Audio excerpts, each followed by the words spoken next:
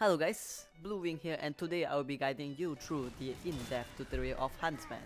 Now remember, the Huntsman is a close and middle range weapon, so the best loadout to go for will be the JARATE and BUSHWACA. Also, the JARATE will be great in dealing group of enemies which your Huntsman couldn't do, as it can only fire one arrow at one time.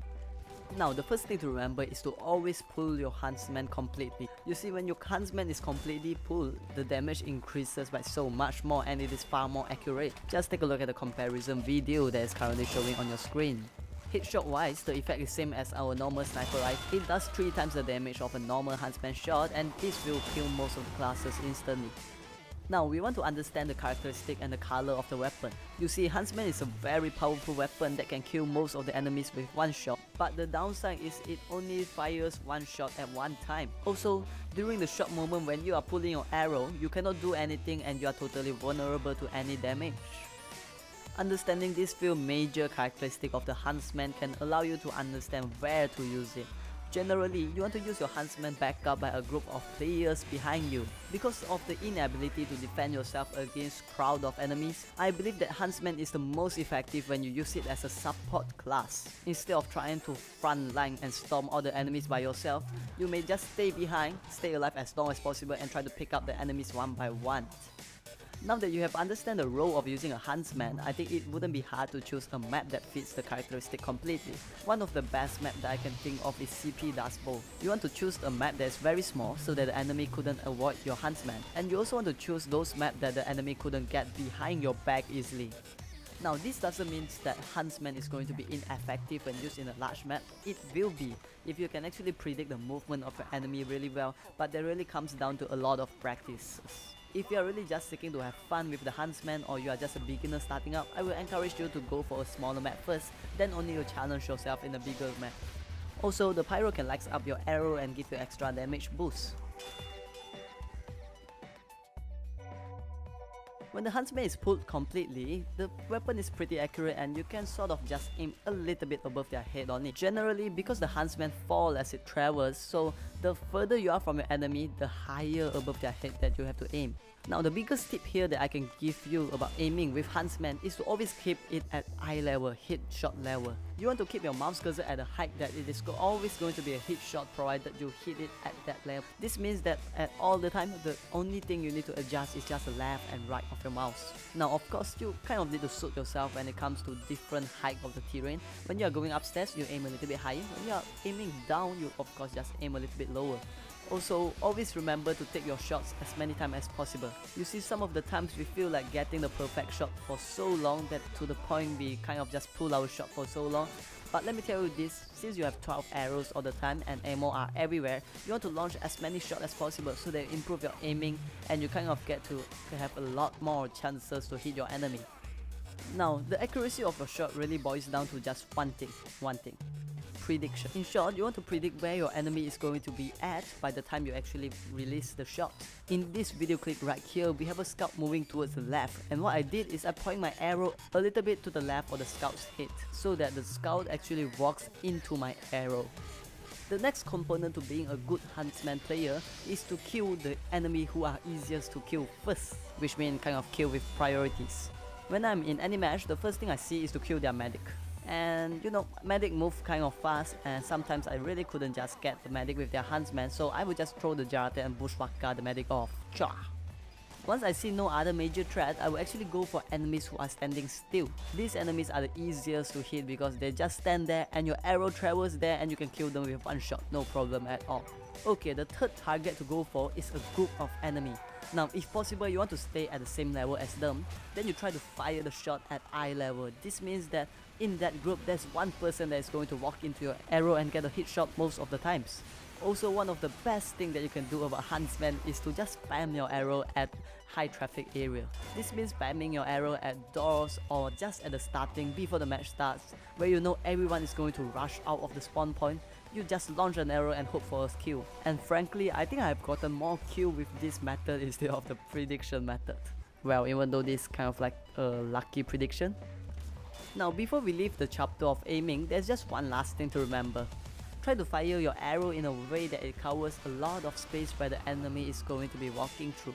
This also means utilizing the map. You see, in Dust Bowl there are a lot of long alley, and you just want to stand at all these long alley and fire your arrow at this long alley. This means that they only have a little bit small spaces of left and right to walk into, while walking back and forth won't help at all because the arrow has already covered the area of walking back and forth. So always find area that the map is going to help you in firing your Huntsman shot.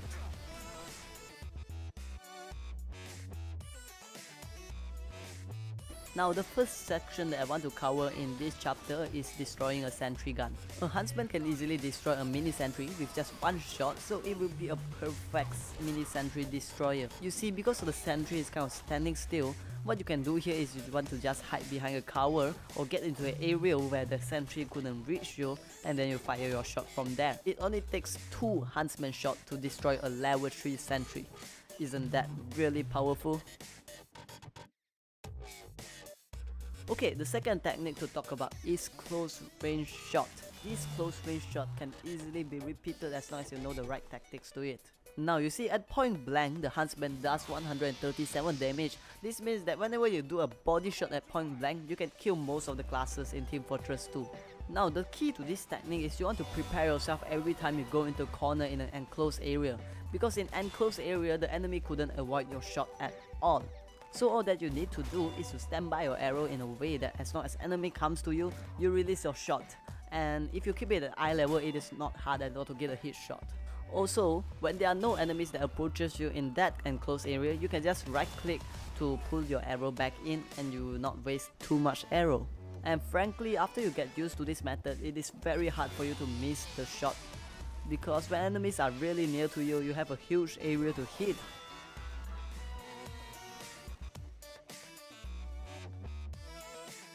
Now the third amazing technique that you can do on this weapon is to taunt kill. Now it is not only because it is fun and humiliating to taunt kill people, but you can actually taunt kill a Uber pair. In this example right here, I taunt kill a heavy and it totally stuns the heavy. However, the time where you dealt the damage is actually the moment where you release the shot. The medic just kind of walked into my shot, so I got the kill of the medic instead of the heavy. But as you can see, the moment you poke your arrow in is when you start to stun the enemy, and that's how I managed to stun the heavy for so long. And even though you get killed while you are doing the taunt kill on an Uber pair, as long as you manage to get the enemy to stun, the enemy will remain stunned even though after you die. This really allows you to waste a lot of the Uber of the medic and kind of save your teammates a lot of precious time from the Uber. A really powerful technique. Okay, the fourth technique will be the JARATE and the BUSHWACKA. You see, when these two weapons are combined together, they are really powerful. Now, first thing for the JARATE, you want to throw it as frequently as possible, like what you do with the Huntsman. Do not be afraid to waste your JARATE. Wasting it is better than not using it at all and regret after you die. Because after all, after you respawn, you will still get your JARATE and it will be recharged in a short amount of time, just 20 seconds. Okay, one of the greatest advantage of JARATE is it actually scares your enemy away. You see, when a group of enemy are coming towards you and you throw JARATE at them, most of the times, instead of trying to just march forward again, they know that your teammates are very near, and if they are marching forward just to kill one of you, a sniper, then they have a big chance of getting killed because they are all getting mini crits. So yeah, people with common sense will try to avoid that first. And even if they continue, let's say they just still continue to try to kill you and they killed you, after that you can easily have some assist kill. It's sort of like a revenge. You see, some people stated that the Razorback can actually avoid backstab, so they put that instead of the JARATE. But let me tell you this quote right here: the greatest defense is a good offense. Yup, instead of trying to defend yourself against the spy, since you are moving constantly with your Huntsman, why not to just use a JARATE and kill the spy?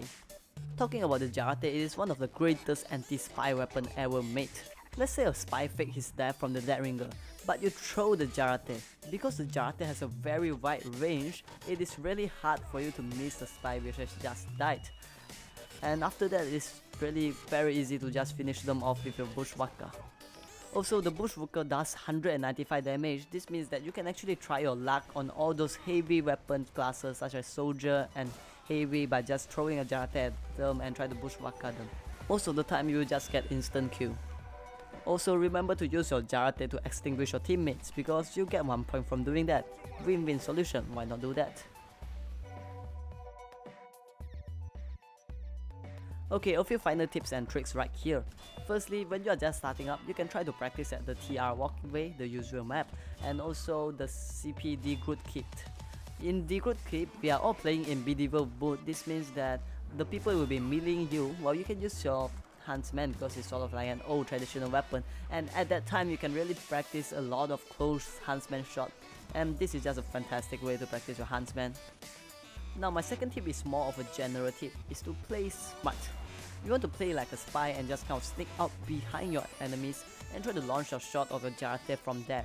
Also, you want to play with the angle of Huntsman a little bit. It is very good to get to an area where you can hit the enemy, but the enemy couldn't hit you easily. It is mostly because of the Huntsman having a very small trajectory pathway, while the rockets and grenade launchers having a larger trajectory pathway. Now, a few fun things to remember here. You know those scary demonite that rushes at you at a really high speed? But they are coming in a straight line. You can just fire an arrow and then get a hit shot before they actually reach you. It is kind of easy to do after you practice it a few times.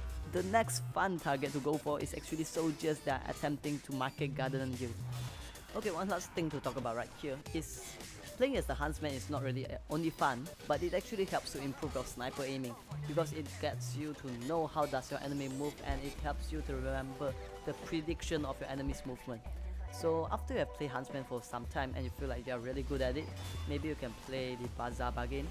And I would not be surprised when you tell me that you get a lot of hit shot with the Bazaar Bargains. This is because Huntsman improve your aiming a lot. Okay? So that's all I want to talk about for today. Have a great day, Huntsman Inc. And I'll see you next time. Peace.